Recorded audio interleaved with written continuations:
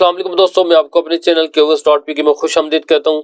आज हमारा master project quantity series का लेक्चर नंबर 31 है और BOQ एटम नंबर I1। उसमें हम कॉलम स्टील निकालेंगे। आते हैं जी अपने सिविल वर्क BOQ के ऊपर।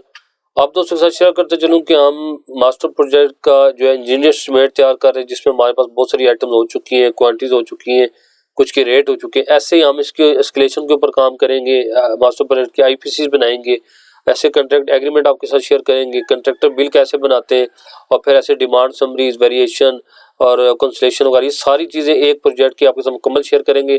तो अगर गुजारिश है, अगर आप भी प्रोफेशनल क्वांटिटी सर्वेयर बनना चाहते हैं तो हमारे चैनल को सब्सक्राइब करें और जो पहले वाले लेक्चर्स हैं उनको जरूर देख लें, ताकि आने वाले जितने लेक्चर्स हैं उनको समझना हमारे लिए आसान हो। तो हमारे पास जो अभी आइटम चल रही है, पिछले लेक्चर नंबर 28, 29, 30 और आज के जो लेक्चर नंबर 31 है, वो हमारे पास रिइंफोर्स की आइटम चल रही है, क्योंकि एक प्रॉपर आइटम है, इसमें बहुत सारे शेड्यूल बनते हैं, एक लंबी सीरीज इसमें प्रॉपर चलेगी। तो इसमें सबसे पहले हम आइटम पढ़ेंगे, ठीक है, क्योंकि स्पेसिफिकेशन को देखकर हम क्वांटिटी की सेग्रीगेशन करते हैं। तो यहाँ पर मैं एक दफ़ा आइटम पढ़ लेता हूँ। Providing, cutting, bending, laying, binding, cleaning with wire brush wherever required, etc. Steel reinforcement grade 40 up to roof all RCC works including providing chairs, binding wires, spacer block. Contractor should include the cost of wastage, tying wires and steel chairs, spacer and extra labs other than in drawing in his rates. Complete in all respect as per drawing and specification and to the entire satisfaction of the consultant and site engineer. अब इस item के अंदर क्या पता चला कि एक तो मुझे पता चल गया कि ग्रेड 40 जितने हमारे पास जो कंक्रीट स्ट्रक्चर्स हैं या RCC स्ट्रक्चर्स के अंदर ग्रेड 40 यूज हो रहा है। अगर ग्रेड 60 की बात होती तो फिर क्या करते हैं, हम ग्रेड 40 की शेड्यूल अलहदा बनाते, ग्रेड 60 को अलहदा कर लेते, क्योंकि दोनों के रेट के अंदर डिफरेंस होता, ठीक है। ऐसे उसके अलावा जब कटिंग करवाते तब हम उसको अलहदा करवाना पड़ता था।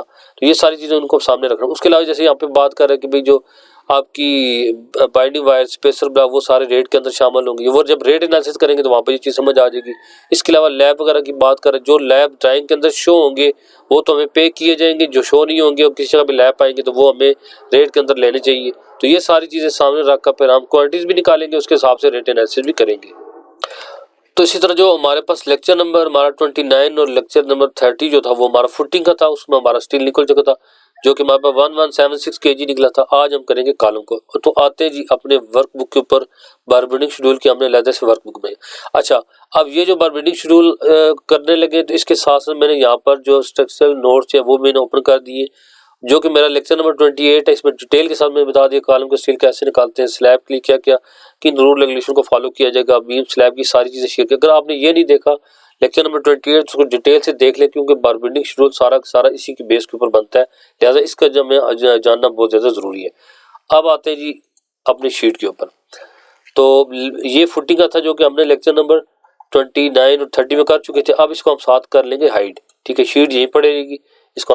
तो दोस्तों यहाँ पर मैंने क्या किया, यहाँ पर हमारे पास कॉलम 1 और कॉलम 2 इसका जो है हमने निकाला बार बेंडिंग शेड्यूल बनाया, ठीक है, क्योंकि हमारे पास जो मास्टर प्रोजेक्ट इसके अंदर हमारे पास दो टाइप्स के कॉलम आ रहे हैं, कॉलम 1 और कॉलम 2। अब इसके अंदर देखें जी, कॉलम 1 के अगर मैंने दो कैटेगरीज बनाई, column 1 up to ground floor slab, column up to मम्टी स्लैब, ठीक है, यानी column 1 up to ground floor slab, column 1 up to मम्टी स्लैब। तो इसके आगे दो कैटेगरीज, कॉलम 1 की दो कैटेगरीज है, कॉलम 2 की एक कैटेगरी। अब आते हैं जी मैं मास्टर प्रोजेक्ट की ड्राइंग के ऊपर आ जाते हैं। ये पर मास्टर प्रोजेक्ट की ड्राइंग है और आप दोस्तों के साथ शेयर करता चलूँ कि मैंने अपने चैनल के ऊपर मैंने इसकी जो है वो सारी ड्राइंग प्रॉपर तौर पर अपलोड कर दी, आप उनको वहाँ से डाउनलोड कर सकते हैं, ठीक है। अब इसके आ जाते हैं किसी प्लान के ऊपर। तो देखिए यहाँ पर क्या है हमारे पास, ये जो बाहर वाले कॉलम में ये कॉलम है C2, जो वरांडे के अंदर आ रही है कॉलम C2 है, और ये जो कॉलम वॉल के अंदर आ रही है ये कॉलम C1 है। अब इसके अंदर भी दो कैटेगरी, ये जो कॉलम 1 2 3 4 5 6 7 8 9 और 10, ये जो 10 कॉलम में ये हमारे पास जाएंगे ग्राउंड फ्लोर की स्लैब तक, जबकि ये वाली जो डबल हाइट स्टेयर हॉल है, डबल हाइट लिखा हुआ है, ये 4 कॉलम हमारे पास जाएंगे मम्टी की स्लैब तक। इसके सेक्शन के ऊपर आ जाते हैं, ठीक है, ये हमारे पास सेक्शन है। तो ये जो मैंने कहा 10 कॉलम जो इस जगह पे आ रहे हैं वो कॉलम यहाँ पर आकर स्लैब तक खत्म हो जाएंगे, इनके ऊपर डबल नहीं निकलेंगे, ठीक है, जबकि इस केस में हमारे पास ये कॉलम डबल हाइट में जाएंगे, ठीक है। तो इसलिए मैंने दो कैटेगरीज बना ली, ठीक है। अच्छा, जो कॉलम ये जो C2 कॉलम है वो आ रहा है हमारा वरांडे के अंदर, इसकी हाइट चेंज होगी यहाँ पर, तो ये C2 कॉलम हमारा बाहर वरांडे के अंदर आ रहा है। तो ये 3 कैटेगरीज के कॉलम, ठीक है। अब आते हैं जी इसके सेक्शन के ऊपर आ जाते हैं। तो हमारे पास कॉलम C1 जो है वो आता है जी 9 इंच बाई 9 इंच का है, और ये C2 भी 9 इंच बाई 9 इंच का ही है, सिर्फ दोनों के अंदर स्टील का फर्क है। C1 के अंदर हमारे पास 4 बारें हैं 4 नंबर की, यानी 4 बार से नंबर 4 की, ठीक है, ये स्टील का नंबर है। और इस केस में आ रही है 4 बार से 6 नंबर की, स्पेसिंग दोनों के अंदर एक जैसी है। अब इसको सामने रखते हुए हम क्या करेंगे, इसका स्टील निकालते हैं, ठीक है। तो आ जाते हैं जी शीट के ऊपर। तो मैंने क्या किया, जैसे column 1 up to ground floor slab में मैं इसको मेन बार कह लें या वर्टिकल बार कह लें, जैसा आप बेहतर समझे। स्पेसिंग का इसमें कोई चक्कर नहीं है। डाया बार कितना है जी, नंबर 4 यहाँ पे मैंने लिख दिया। नंबर ऑफ यूनिट कितने, 10 है, ठीक है। और नंबर ऑफ बार यानी एक उसमें लिखा हुआ था कि 4 बार से 4 नंबर की, तो वो 4 बार मैंने यहाँ पे लिख दी, ठीक है। टोटल नंबर ऑफ बार के इनको मल्टीप्लाई कर दिया, नंबर 40 आ गया। ये जितनी चीज़ें कैसे इसको करते हैं, स्पेसिंग कैसे लिखते हैं, ये सारी चीज़ें क्यूएस एक्सेल सीरीज में डिटेल से बता दी गई है। और लेक्चर नंबर 29 में भी मैंने डिटेल से इस चीज़ों को बताया, वहाँ पर जाकर इनको देख सकते हैं, ठीक है। अब यहाँ पर तो ये चीज़ होगी। उसके बाद मेन चीज़ यहाँ पर जो आ गई है वो आ जाएगी जी बार शेप। तो ये कैसे करते हैं, इस चीज़ को पहले तो इसकी काट लेते हैं। अच्छा, यहाँ पर मैं इसका ग्रेड ऑन कर लेता हूँ, ठीक है, ताकि आपको ये बार बनाने में भी मसला ना हो। इसमें कोई लंबी चौड़ी साइंस नहीं है, ठीक है। मैं इसको मजीद जूम करता हूँ ताकि आपको अच्छी तरह समझ आ जाए। ये देखिए क्या था, ये मैंने फॉर्मेट सीरीज के अंदर ये फॉर्मेट बनाना सिखाया। तो ये बेसिकली मैंने बहुत सारी लाइन करीब करके ग्राफ सब बना लिया। अब इसके अंदर क्या है, जैसे ये मैंने एक लिखा, जैसे इसको यहाँ किया, इसको सेलेक्ट करके यहाँ पर इसका बॉर्डर लगा दिया, ठीक है, ऐसे बॉर्डर। ये चीज़ें मैंने डिटेल से बताई है, लेकिन दोबारा फिर बता रहा था कि वो जो हमारे नए दोस्त जो आने वाले उनको भी ये चीज़ समझ आ जाए, ठीक है। ऐसे ही 1 कर दी। लैब के लिए यहाँ पर मैंने क्या किया, 4 सेल को कटा मार्च कर इसके अंदर लैब इक्वल टू टेक्स्ट की शेप में लिख दिया, और इसको लेदर से 4-5 सेल को मैच करके उसके अंदर मैंने फिगर लिख दिया। अब जब हम इस पर क्या करेंगे, सम का फॉर्मूला अप्लाई करेंगे, तो टेक्स्ट जो होगा वो इसको कोई इफेक्ट नहीं करेगा, बल्कि यहाँ से वो क्या करेगा, डिजिट उठा लेगा। तो इसलिए जो हम इस तरह कर रहे थे। लेकिन अगर आप एक्सेल के ऊपर ग्रिप नहीं है, तो मैं आपसे बार बार यही बात कह रहा हूँ कि आपने कोशिश करें कि जितना सिंपल होगा उसमें काम करें। हाँ, अगर ग्रिप हो जाए जब, तो फिर आप चुके। लेकिन ये चीज़ें बहुत दफ़ा बहुत ज़्यादा फॉर्मूले लगाने से अगर एक्सेल के ऊपर ग्रिप ना हो तो बहुत बड़ा नुकसान भी हो जाता है। तो आपने इन चीज़ों का बड़ा एहतियात करना है, ठीक है। अब आ जाती जी, ये चीज़ आ गई। अब यहाँ पर मैं आपको कहते हैं कि पहले हमने देखी जिसकी लेंथ क्या करी, ठीक है। तो यहाँ पर मैंने क्या किया, 4.25, ठीक है, 4.25 प्लस 12 माइनस 0.25 माइनस 0.6। अब ये क्या चीज़ की, तो आ जाते हैं यहाँ पर। तो देखें यहाँ पर क्या है, हमारे पास ये वॉल का सेक्शन है जिसके अंदर कॉलम आ रहे हैं, और ये नीचे C2 का सेक्शन है, वो बाहर वरांडे के अंदर उसका लेद है। ये जो वॉल की फुटिंग है इसी के अंदर यहाँ से कॉलम ऊपर जाने, ठीक है। तो अब इसका देखते हैं। तो पहले देखते हैं जी FFL से नीचे कितनी लेंथ बनती है, कितनी हाइट बनेगी। तो टोटल है जी 3 फुट, और उसके अंदर 1 फुट 6 इंच ऐड करें तो 4 फुट 6 इंच बन गया। उसके अंदर से 3 इंच की लीड निकाल दें तो हमारे पास पीछे बचता है 4 फुट 3 इंच, यानी 4.25 फीट बन जाएगा, ठीक है। ये तो हो गया FFL से नीचे। अब देखते हैं जी FFL से ऊपर ग्राउंड फ्लोर की स्लैब तक कितनी हाइट बनती है। तो यहाँ पर आ जाते हैं, सेक्शन के ऊपर आ जाते हैं, ठीक है। तो यहाँ पर देखिए जी, फिनिश फ्लोर लेवल से यहाँ से लेकर स्लैब के बॉटम तक 11 फुट 6 इंच बन रही है, और स्लैब को ऐड कर ले तो फिर 11 foot 6 inch plus 6 inch add करेंगे तो टोटल 12 फीट हो गया हमारे पास। तो टोटल हाइट यहाँ पर कितनी है, 12 फीट। अब आते हैं इसके ऊपर। तो यहाँ पर मैंने क्या किया, 4.25 जो कि FFL से नीचे वाली हाइट थी, प्लस मैंने इसके अंदर 12 ऐड कर लिया, जो कि हमारे पास फिनिश फ्लोर लेवल से ग्राउंड फ्लोर की स्लैब के टॉप तक वो 12 फीट ऐड होगी, ठीक है। अच्छा, फिर मैंने माइनस किया 0.25, यानी 3 इंच माइनस किया, और फिर आगे जाकर मैंने इसके अंदर से फिर जो है वो 6 सूत्र माइनस किया। अब ये दोनों चीज़ें क्यों माइनस की, अब इसके लिए मैं आपको बताता हूँ। आते हैं जनरल स्ट्रक्चर नोट्स के ऊपर। यहाँ पर अब आपने क्या कहा था कि यहाँ पे जो कंक्रीट कवर है, तो फुटिंग के केस में वो कह रहा है कि 3 इंच माइनस करना है, ठीक है। इसलिए मैंने क्या किया, 0.25 माइनस किया नीचे वाली साइड से, ठीक है, जो कि हमारे पास जमीन के ऊपर जो हमने कंक्रीट की उसका वहाँ पे कवर 3 इंच माइनस किया। और जबकि वो कह रहा है स्लैब के केस में पौनी इंच कितना होता है, 6 सूत्र होता है। तो कहता है 3/4 इंच, ये आपने इसमें से माइनस करना है। तो ये जो हमारे पास कॉलम आ रहे हैं, ये कॉलम सारे स्लैब के अंदर आ रहे हैं, लिहाजा उस केस में हमने क्या किया, इसको 0.06 माइनस कर दिया, ठीक है। तो इस तरह हमारे पास टोटल लेंथ कितनी आ गई, 15.94 इसकी टोटल हाइट आ गई, ठीक है। कवर से माइनस करके टोटल हाइट आ गई। अच्छा, दूसरी केस यहाँ पर मैंने क्या किया, इसके अंदर लैब ऐड किया।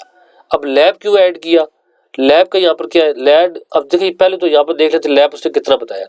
तो यहाँ पे वो बता रहा है डावल या सप्लाइज लेंथ फॉर कॉलम, यानी जब हम डावल निकालेंगे नीचे से ठीक है, ये जो स्प्लाइस लेंथ कह ले वो निकालेंगे। उसका बता रहा है कि नंबर 4 के लिए आपने 26 इंच का रखना है। 4 नंबर की जो बार होगी उसकी स्प्लाइस लेंथ या डबल लेंथ जो होगी वो कितनी होगी, 26 इंच होगी। ठीक है, और 6 नंबर के केस में 39 इंच होगी। ठीक है, ये तो हो गया इस केस में। तो इसलिए यहाँ पर मैंने क्या किया, क्योंकि अब हम निकाल रहे नीचे से ऊपर जाएंगे तो डबल निकालेंगे। ठीक है, अच्छा अब देखिए यहाँ पर स्ट्रक्चर नोट के ऊपर आते हैं। यहाँ पर कॉलम का, जैसा कि मैंने लेक्चर नंबर 28 का बड़ी डिटेल से ये सारी चीजें बताई है। ठीक है, अब यहाँ पे क्या ये केस है, अब हम बना रहे हैं इंजीनियर एस्टीमेट। अब ये बात की बात है कि कल साइड के ऊपर स्टील कैसे पड़ेगा, कटिंग कैसे होगी, या पूरी बात डाल सकते हो, उसको वो डबल ना डाले, लेकिन हम इंजीनियर एस्टीमेट में ये प्रोविजन लाजमी रखें। वो कल साइड पे पड़ती है नहीं पड़ती, हम जो है वो सेफ साइड पे रहेंगे। तो हम क्या करेंगे, ये जो बार यहाँ से जाएगी ऊपर, तो हम ये समझे कि ये बार कट के पहले कटेगी, फिर दूसरी बार अलग से पड़ेगी, तो यहाँ पर लैप होगा। तो ये लैप मैंने क्या किया, इस ये लैप उसके अंदर मैंने ऐड कर दिया। ठीक है, अब कल अगर वो पूरा पड़ता तो डाले बेशक, लेकिन हम कम इंजीनियर एस्टीमेट के लिए ये लैब जरूर ऐड कर लेंगे। ठीक है, तो इसलिए मैंने क्या किया कि वो लैब जो है ना इसके अंदर मैंने ऐड कर दिया। आ जाते हैं जी वापस शीट के ऊपर। तो इस केस में क्या था, लैब हमारे पास जो था वो 26 इंच बताया था, तो उसको जब फीट के अंदर कन्वर्ट करें तो 2.17 बन जाता है। और इस तरह ये चीज। अच्छा, अब नीचे जो ये वाला एल है ये दिया होता है टैग के अंदर। ठीक है, जैसे इसकी जो बात हो रही है कि ये बात हमें बता दिया जाता है कि भाई ये आपने जो है 1 फीट रख दे। ठीक है, ये वाला इसको चाहे 1 फीट कर ले। ठीक है, कभी वो ज्यादा बता देते हैं या नहीं भी बताया तो हम इसको अप्रोक्सीमेटली जो है इसको मैं 1 फीट रख रहा हूँ। ठीक है, तो इसलिए मैंने यहाँ पर इसको क्या कर दिया, 1 फीट कर दिया। दूसरा ये वाली जो है इसको हमने फार्मूला बेस पे अप्लाई किया। जैसे कि डेवलपमेंट लेथ हमने यहाँ पर हमने कहा भी था कि जो एल है, ठीक है, ये जैसे 12 dB बताया हुआ है। ठीक है, तो यहाँ पर इस केस में मैं इसको क्या कर रहा हूँ, 12 के साथ मल्टीप्लाई कर दिया। हमारे पास टोटल नंबर डाया बार कितना है, नंबर 4 है, तो यहाँ पर वही चीज 12 मल्टीप्लाई बाय 0.04, 4 सूत्र को जब फीट के अंदर कन्वर्ट करेंगे 0.04 इसको राउंड करके करेंगे, तो अब ये हमारे पास कितना जी 6 इंच बन रहा है इसका। ठीक है, तो इस तरह हमारे पास एक बार की कट लेंथ आ चुकी है। यहाँ पर मैंने फॉर्मूला सम इक्वल टू और उस पूरे को सिलेक्ट कर लिया।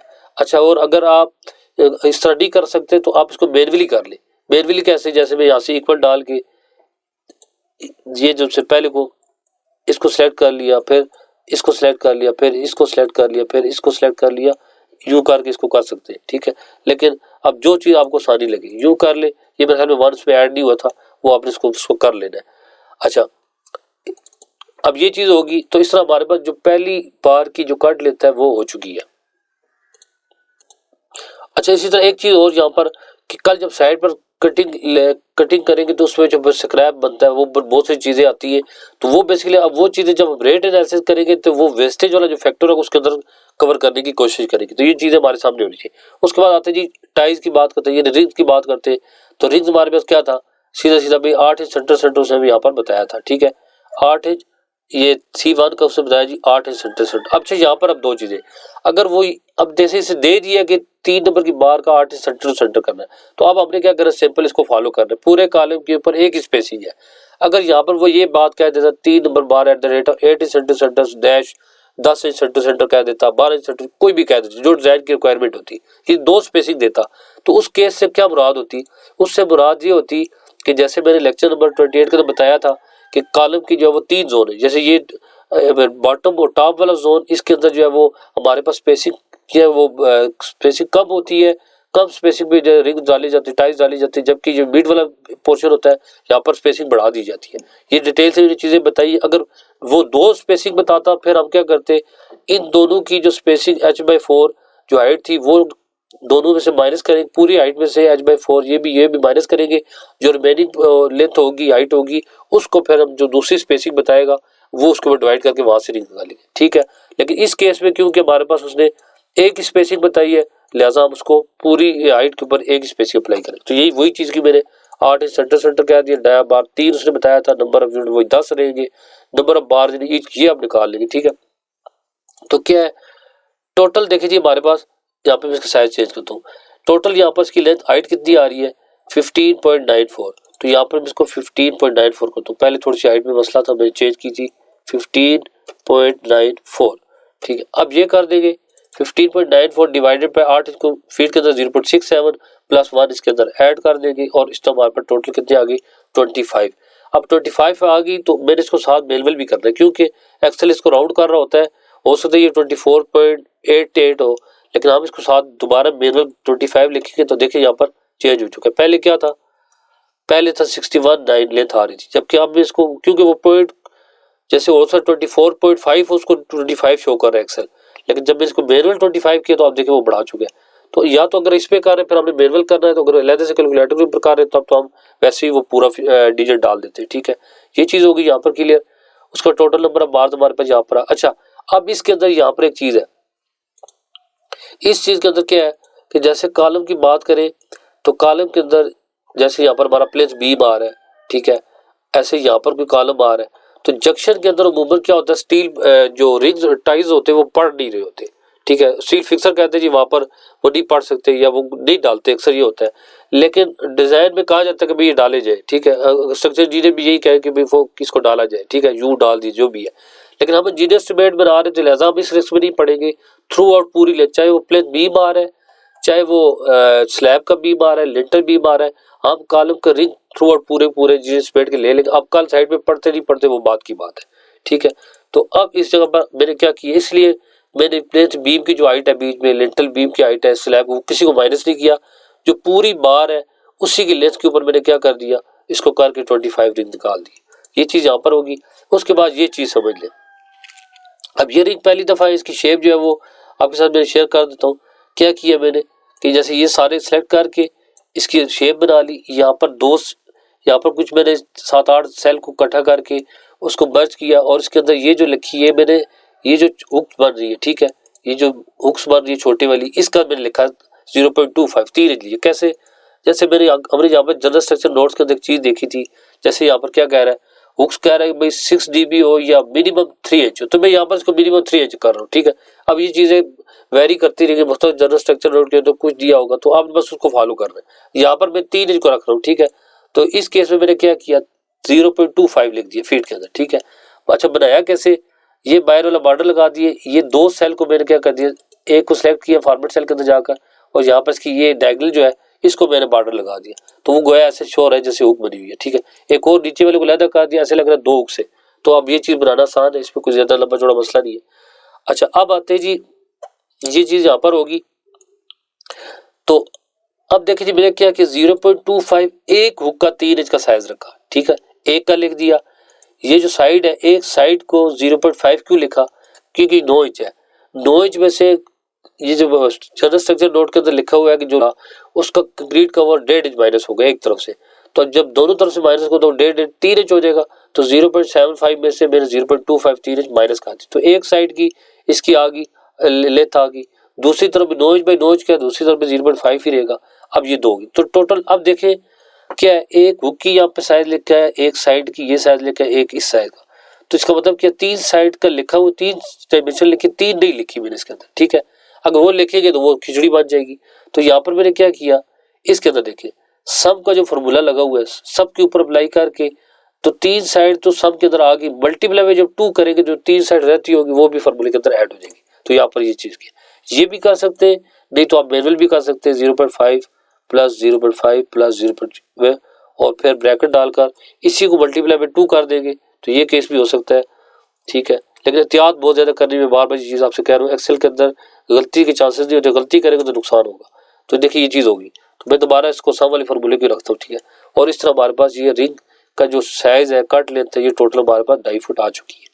ठीक है, अब आ जाती है जी, बस अब हमारा काम आगे आसान है, ये चीज़ें मेन थी, 2 डिटेल से होगी, अब इंशाल्लाह इस पर ज़्यादा टाइम नहीं लगेगा। कॉलम 1 अब टू मम्टी स्लैब करें तो डबल हाइट पे आ चुके, मेन बार वही, इसके वही नंबर डाया बार वही चल रहा है, नंबर ऑफ यूनिट हमारे पास 4 है, मम्टी के अंदर 4 कॉलम आ रहे थे, 4 इसके अंदर मैंने ऐड कर दिए, number of bar in each. ठीक है, क्या हो गया, वही इसको एक ही रखेंगे, 4 बार थी जो 4 बार यहाँ पर मैंने लिख दी, टोटल नंबर ऑफ बार कितनी 16 हो जाएगी।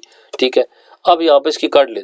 अच्छा, अब ये डबल हाइट थी तो मैंने यहाँ पर क्या किया, 4.25 हमारे पास क्या था, यहाँ से ये बॉटम वाला 4.25 आ गया इसमें। ठीक है, प्लस 12 आ गया हमारे पास ऊपर, जो कि था फुली फ्लोर लोवे से ग्राउंड फ्लोर की स्लैब के टॉप तक 12 फुट वो था, और प्लस मेरे 7.7 फीट इसके अंदर ऐड कर दिए। ये कौन सा है, तो ये बेसिकली हमारे पास जो ऊपर मम्टी का आ रहा है। ठीक है, यहाँ पर आ जाते हैं, इस जगह को देख लेते हैं, ये वाला अब इस स्लैब के टॉप से ये हमारे पास आ रहा है क्या, लिंटल बीम, ठीक है। तो ये लिंटल बीम के बॉटम और ग्राउंड फ्लोर स्लैब के टॉप से 7 फीट बन रहा है और ये ऊपर 9 बाई 9 इंच का लिंटल बीम हमारा चल रहा है, ठीक है। तो उसके हिसाब से देखते हैं। तो यहाँ पर मैंने क्या किया, 7 फुट 9 इंच यानी 7 फीट तो हाइट के लिए राइट थी और फिर वो लिटिल बी वाली डायमेंशन के अंदर ऐड कर दी, तो 7.75 वो ऐड होगी।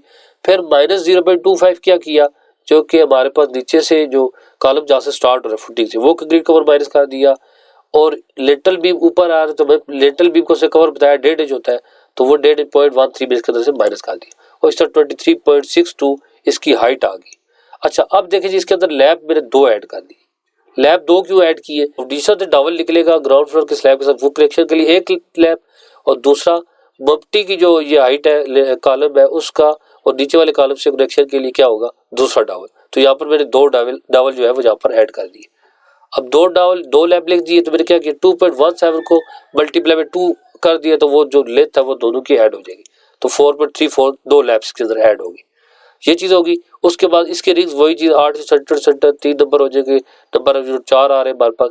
अच्छा उसके बाद ये क्या है, वही 23.87, यहाँ पर इसको मैं सही कर लेता हूँ, ये 23.62 है, 23.62 डिवाइडेड बाई 0.67 प्लस 1 इसके अंदर कर दिया, अब हमारे पास 36 आ गए।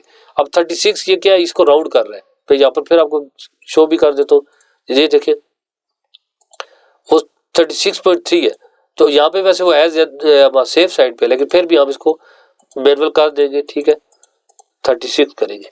अब देखिए वो उसका चेंज हो गया, तो इसको मैनुअल भी साथ करें 36 हो गया, बाकी वही इसके साइज का 0.5 वही चीज जो ऊपर वाले का रिंग हमने किया था। अब आ जाते हैं जी कॉलम 2 के ऊपर। कॉलम 2 के ऊपर आते हैं तो इसका जो मेन बार, वो जो ये मेन बार कह लें या वर्टिकल बार कह लें, उसका डाया बार क्या है, तो यहाँ पर देखें उस केस में हमारे पास डाया बार है जी 4 बार दे नंबर 6 की, 6 नंबर की 4 बार दे, तो यहाँ पर वही चीज मैंने की, नंबर 6 में डाया बार जो नंबर 6 कर दिया। नंबर ऑफ यूनिट कितने हमारे पास 7 कॉलम में बाहर वाली तरफ आ रहे, नंबर ऑफ बार जी कितने जी 4 है, ठीक है। टोटल नंबर ऑफ बार कितने, इसको मल्टीप्लाई कर देंगे 28 हो गया। अच्छा अब देखिए जी काट लेते, तो इस केस में क्या था, अब देखिए यहाँ पर ये वॉल फुटिंग थी, तो C2 की कॉलम फुटिंग वो बाहर वो F1 ये चीज आ रही है, लेकिन ये इसका साइज भी वही है, ठीक है। NSL और FFL के दरमियान 1.5 फीट का है, 1 फुट 6 इंच है, ठीक है, और 1 फुट 6 इंच और 3 फुट कितना होगा, 4 फुट 6 इंच माइनस 3 इंच निकाल दी, तो वही चीज आ जाएगी 4.25। अच्छा 4.25 ये आ गई। अब आ जाते हैं विरांडे के अंदर कि एक कॉलम का जो है हाइट कितनी होगी, तो इस केस को देख लेते हैं। यहाँ पर मैंने किसी जगह साइज लिखा था, यहाँ पर आ जाते, तो देखिए ये यहाँ पर FFL से नीचे पता है 4.25 है, FFL से नीचे 4.25 प्लस हमारे पास वरांडे का जो कॉलम है वो स्लैब का जो बीम है इसके बॉटम तक 9 फीट, और ये जो बीम है ये बीम हमारे पास कौन सा चल रहा है, B1 चल रहा है।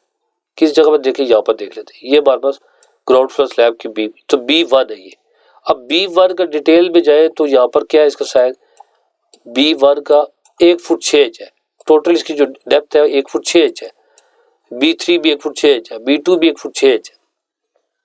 तो यहाँ पर मैंने क्या किया, 14 फुट 6 4.25, यहाँ पर 4.5 नहीं है बल्कि 4.25 है, क्योंकि लीड माइनस होगी PCG 4.25 प्लस 9 फीट जो वरांडे के ऊपर क्लियर हाइट, प्लस उसके बाद B1 की जो हाइट है वो इसके अंदर ऐड कर दी, -0.25 यानी जो नीचे फाउंडेशन वाला कवर था वो माइनस हो गया, और -0.13 यानी 1.5 इंच का कवर जो कहा था उसने कि बीम के अंदर 1.5 इंच के कवर माइनस करना है, वो यहाँ पर मैंने माइनस कर दिया, और इस तरह बार बार 14.37 की हाइट आ जाएगी। अच्छा L इसका वही उसी तरह मैंने 1 फीट कर दिया बॉटम वाला, और टॉप वाला वो 12 dB के साथ मैंने कर दिया, 12 मल्टीप्लाई 0.04 कर दिया। अच्छा यहाँ पर 0.04 नहीं होगा, 0. क्योंकि अब 6 नंबर का स्टील हो रहा है, तो यहाँ पर इसको क्या करेंगे 6 कर देंगे 0.06।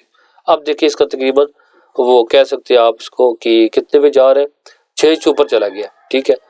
अच्छा अब ये केस हो गया हमारे पास, तो 3.25। अब लैब क्या है जी, लैब इसके अंदर एक ऐड कर रहे हैं, क्योंकि हमारे पास ये आ रहा है जी वरांडे के अंदर, ठीक है। तो नीचे से हम कहते हैं कि डावल कल निकालने पड़े, तो वो डावल उसका जो लैब है वो निकाल के, और ऊपर हमारे पास एक ही ये सिर्फ स्लोप रूफ तक जा रहा है, तो एक ही यहाँ पर लैब हो रहा है, तो उस लैब के केस में मैंने इसको क्या किया 3.25।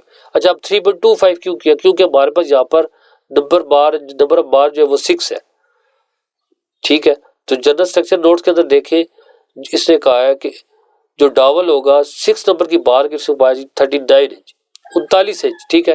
तो 39 इंच के केस में क्या बनता है, 39 डिवाइडेड बाई 12 कर ले तो हमारे पास 3.25 बनता है, 3 फुट 3 इंच बनता है, ठीक है। ये लैप बनते हैं, तो एक लैप इसके अंदर ऐड हो जाएगा। तो इस तरह जो है ये हमारे पास टोटल इसकी कार्ड लेंथ यहाँ पर आ चुकी है। अच्छा, टाइज रिज की बात करें तो वही चीज 8 इंच सेंटर है, जो डाया बार है वो 3 नंबर का है, नंबर ऑफ यूनिट वही 7 चलेंगे।